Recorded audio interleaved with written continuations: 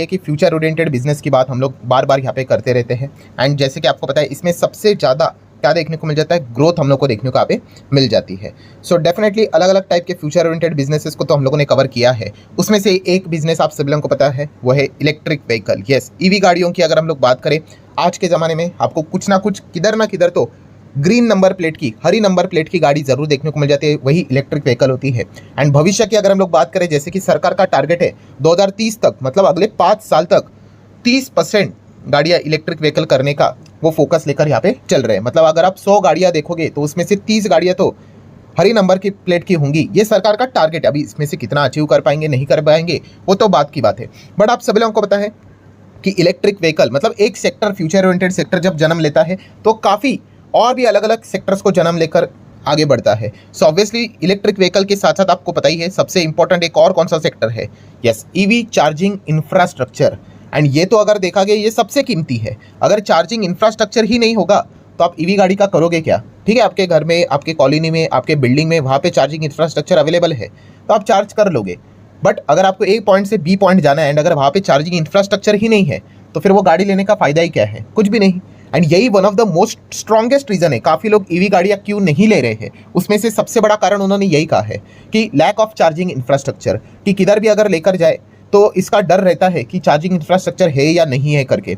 ठीक है, एंड इसी चीज़ को लेकर अगर हम लोग बात करें काफ़ी लोग ईवी गाड़ी खरीदने का प्लान अभी ड्रॉप आउट यहाँ पे कर रहे हैं। तो सरकार इसी के ऊपर ज़बरदस्त फोकस रहते हुए देखने को यहाँ पे मिल रहा है। एंड बहुत सारे हम लोग को अलग अलग रिपोर्ट भी देखने को मिल रही है कि कैसे हम लोगों को चार्जिंग इंफ्रास्ट्रक्चर की बहुत मतलब सख्त ज़रूरत है। सो वही रिपोर्ट अभी मैं आपके सामने यहाँ पे रखना चाहूँगा। आप चाहो तो ये रिपोर्ट को स्टडी कर सकते हैं। किसकी रिपोर्ट है तो आप देख सकते हैं, FICCI की ये रिपोर्ट हम लोग को देखने को मिल रही है, जहाँ पे उन्होंने इस सरकार को यहाँ पे बताया कि लगभग आप देख सकते हो यहाँ पे कितना 16,000 करोड़ के कैपेक्स की रिक्वायरमेंट है to meet public EV charging demand by 2030 तक। ठीक है, अगेन कह रहा हूँ ये मेरा रिपोर्ट नहीं है, ये FICCI का रिपोर्ट देखने को मिल रहा है। तो थोड़ा सा इसको डिटेल में स्टडी करने की कोशिश करते हैं कि एग्जैक्टली क्या बात बोली जा रही है।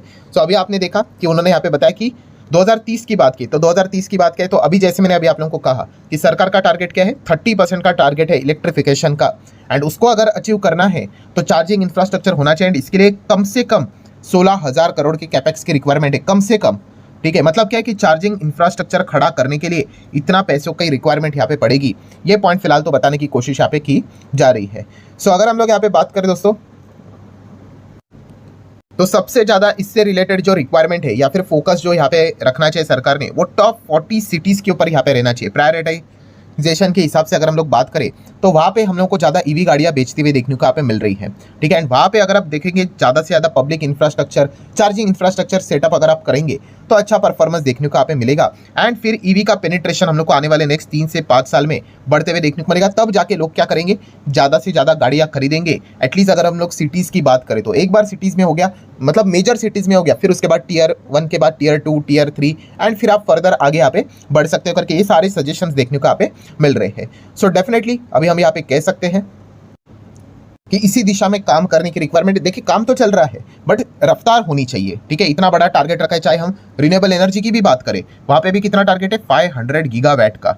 ठीक है, अभी ये बोलने के लिए ठीक है, बट उस दिशा में जाना है तो कितना हेवी कैपेक्स की रिक्वायरमेंट यहाँ पे होगी। प्लस ऊपर से अगर हम लोग बात करें इलेक्ट्रिक व्हीकल, ये जो सेक्टर है, ठीक है, ये आगे बढ़ेगा कैसे? सरकार तो कह रहा है कि इसको मतलब 2030 तक तो 30% की बात यहाँ पे कर रहे करके। ठीक है, तो ये पॉसिबल कैसे होगा? तो इससे रिलेटेड 5 पिलर्स के ऊपर आपको ध्यान रखना पड़ेगा। 5 पिलर्स मतलब ये 5 वो चीज़ें हैं, इसके ऊपर अगर अच्छे तरीके से वर्क किया गया तो लोग इलेक्ट्रिक गाड़ी की ओर ज़्यादा से ज़्यादा बढ़ते हुए देखने को मिलेंगे। ठीक है, तो ये पॉइंट यहाँ पे बताए जा रहे हैं। मतलब वो 5 पिलर्स कौन से हम लोग को देखने को यहाँ पे मिल रहे हैं, उसमें से एक है इकोनॉमिक्स। इकोनॉमिक्स मतलब ठीक है, आप सभी लोगों को पता है ईवी गाड़ी सस्ती यहाँ पे रखी जाएगी as compare to the petrol and diesel. Plus उसी के साथ साथ एक बार गाड़ी खरीद लेते हो उसके बाद जो पेट्रोल डीजल का जो खर्चा रहेगा, मतलब पर किलोमीटर के हिसाब से जो आपकी जेब से पैसे कटेंगे, वो ईवी गाड़ी में हम लोग को कंपैरेटिवली कम कटते हुए देखने को मिलेंगे। तो ये एक इकोनॉमिक्स का पार्ट हुआ, पॉइंट नंबर 1। देन बैटरी की अगर हम लोग बात करें, इसको यहाँ पे अच्छी तरीके से स्ट्रॉन्ग यहाँ पे रखना है। ठीक है, आप सभी लोगों को पता है बैटरी ही सबसे बड़ा क्या है, इलेक्ट्रिक व्हीकल का हार्ट है। सबसे ज़्यादा जो खर्चा होता है वो बैटरी के ऊपर ही होता है। सो अगर बैटरी को जितना ज़्यादा डेवलप किया जाए, उतना उसका कॉस्ट रिड्यूस किया जाए, उतना ज़्यादा इलेक्ट्रिक गाड़ियों के दाम भी और कम हो जाएंगे और वो कॉस्ट एफिशिएंट हो जाएंगे। एंड अगर और सस्ती अगर हो जाती है तो बहुत सारे लोग ईवी गाड़ीज़ की ओर मतलब क्या कर लेंगे, और ज़्यादा वो हम लोग को खरीदते हुए देखने को यहाँ पे मिल सकते हैं। नेक्स्ट अगर हम लोग यहाँ पे बात करेंगे दोस्तों तो रेगुलेशंस मतलब ईवी गाड़ी अगर आप खरीद रहे हो तो रूल्स एंड रेगुलेशंस रहते हैं कि नहीं, ठीक है, तो उसको थोड़ी सी यहाँ पे ढिलाई दे देनी चाहिए, ठीक है, ये पॉइंट उन्होंने सामने रखा हुआ है।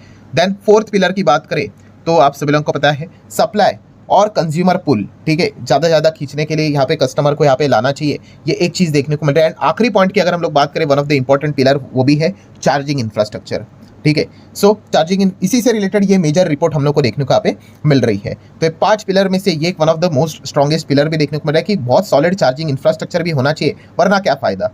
तो ये पॉइंट्स यहाँ पे फिलहाल तो रिपोर्ट में देखने को मिल रहा है। एंड अगर और ज़्यादा इस सेक्टर को अगर मजबूत बनाना है, ठीक है, या फिर स्ट्रॉन्ग अगर बनाना है तो और 2 सजेशंस भी हम लोग को देखने को मिल रहे हैं। उसमें से एक है कि ईवी के ऊपर जितना हो सके टैक्स को सिंप्लीफाई करना चाहिए, ठीक है, ज़्यादा टैक्स यहाँ पे होना नहीं चाहिए। अभी करंट लेवल पे देखा गया तो 5% हम लोग को देखने को यहाँ पे मिल जाते हैं, बट यस कुछ चीज़ें ऐसी भी है जहाँ पे बहुत ज़्यादा हायर लेवल के भी टैक्सेस देखने को मिल जाते हैं। तो जितना हो सके सबको रैशनल यहाँ पे किया जाए, सिंपल किया जाए, एक ही रखा जाए 5% के हिसाब से, तो बहुत सारे लोग इलेक्ट्रिक व्हीकल गाड़ियों की ओर बढ़ते हुए देखने को यहाँ पे मिल सकते हैं। तो ये एक सजेशन जाते हुए देखने को मिल चुका है।